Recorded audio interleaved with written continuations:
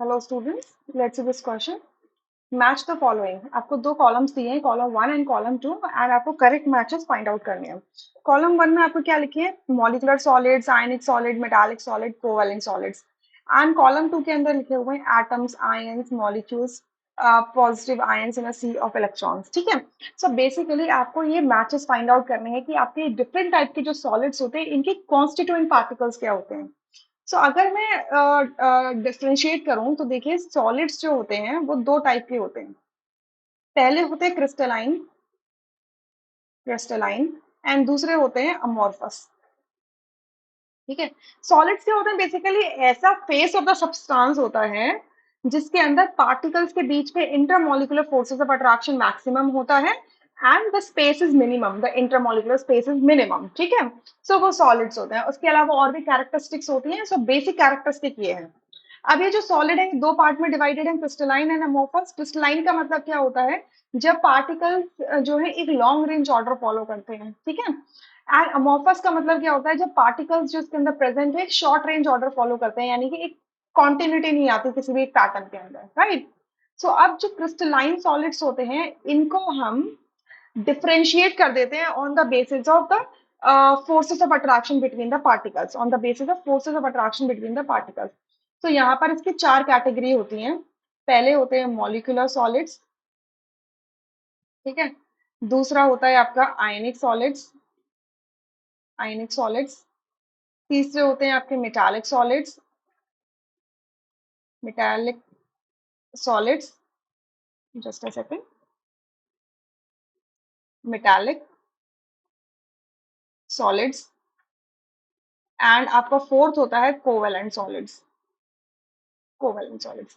अब देखिए यहाँ पर क्या है, इनका जो मॉलिक्यूलर कॉम्पोजिशन है, मतलब जिसके अंदर मॉलिक्यूलर कॉम्पोजिशन नहीं कहूंगी, ये डिफरेंट क्लासिफिकेशन जो है सॉलिड की, इनके अंदर जो उनके कॉन्स्टिट्यूएंट पार्टिकल्स है इनके बीच में जो अट्रैक्शन है उसके बेसिस पे नाम दिया गया है।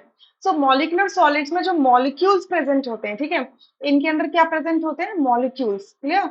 सो मॉलिक्यूल्स के बीच में जो फोर्सेस ऑफ अट्रैक्शन होता है उसको मॉलिक्यूलर फोर्सेस ऑफ अट्रैक्शन कहते हैं, तो इनको शॉर्ट में मॉलिक्यूलर सॉलिड्स कह देते हैं। Clear.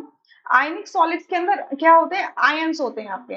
Ions, cations and anions. Cations are positively charge ions and anions are negatively charge ions. So इन आयंस के बीच में जो इलेक्ट्रोस्टैटिक फोर्सेस ऑफ अट्रैक्शन होता है, ये कूलम्बिक अट्रैक्शन होता है, उसी के नाम के बेसिस पे इसको क्या कहते हैं? आयनिक सॉलिड्स कह देते हैं।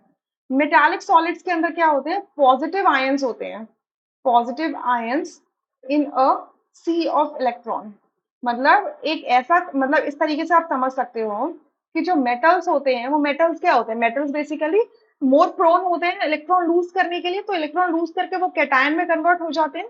तो ऐसा समझ सकते हैं, एक विजुअली इसको ऐसे अंडरस्टैंड कर सकते हैं कि जो मेटल है उस मेटल के अंदर there are so many positive ions, जो क्यों बन गए? क्योंकि इलेक्ट्रॉन्स उनकी वैलेंस शेल से थोड़ा सा दूर निकल गए हैं। ठीक है। और ऐसा लगता है जैसे एक सी ऑफ इलेक्ट्रॉन है, उस सी ऑफ इलेक्ट्रॉन के अंदर पॉजिटिव आयंस फ्लोट कर रहे हैं, राइट। इट्स लाइक बिल्कुल कि आपने एक छोटा सा पॉन्ड है, उसके अंदर आपने जो पेपर बोट्स हैं वो डाल दिए, ऐसा लगता है देखने में। ठीक है। सो यहाँ पर क्योंकि मेटालिक फोर्सेस कहते हैं इनको, तो ये मेटालिक फोर्सेस होने की वजह से इनको मेटालिक सॉलिड्स कह देते हैं। इन पार्टिकल्स के बीच में जो अट्रैक्शन होता है, तो इन शॉर्ट हम उसे मेटालिक फोर्सेस ऑफ अट्रैक्शन कह देते हैं। ठीक है, मेटालिक बॉन्ड कह देते हैं। और कोवेलेंट सॉलिड्स के अंदर क्या होते हैं? हमारे एटम्स होते हैं। अब इन एटम्स के बीच में जो अट्रैक्शन होता है that is van der Waals forces of attraction या कोवेलेंट अट्रैक्शन, और इसी वजह से इनका नाम होता है कोवेलेंट सॉलिड्स। क्लियर। तो यहाँ पे हमें आयन कॉन्स्टिट्यूएंट पार्टिकल्स पता करने हैं, तो मॉलिक्यूलर सॉलिड्स में होते हैं मॉलिक्यूल, आयनिक सॉलिड्स में होते हैं आयन, मेटालिक सॉलिड्स में होते हैं positive sea of electron, positive ions in sea of electron, and covalent solids में होते हैं एटम्स। तो ये करेक्ट मैच हो जाएगा। तो यहाँ से पी का क्या हो जाएगा? सी। पी का सी होगा तो आपका फर्स्ट ऑप्शन और फोर्थ ऑप्शन रूल आउट हो जाएगा। देन क्यू का होगा आपका बी। ठीक है। आर का होगा आपका डी, एंड एस का होगा आपका ए। यानी कि सेकंड ऑप्शन करेक्ट है and rest options are incorrect. I hope you understood this question really very well. Thank you.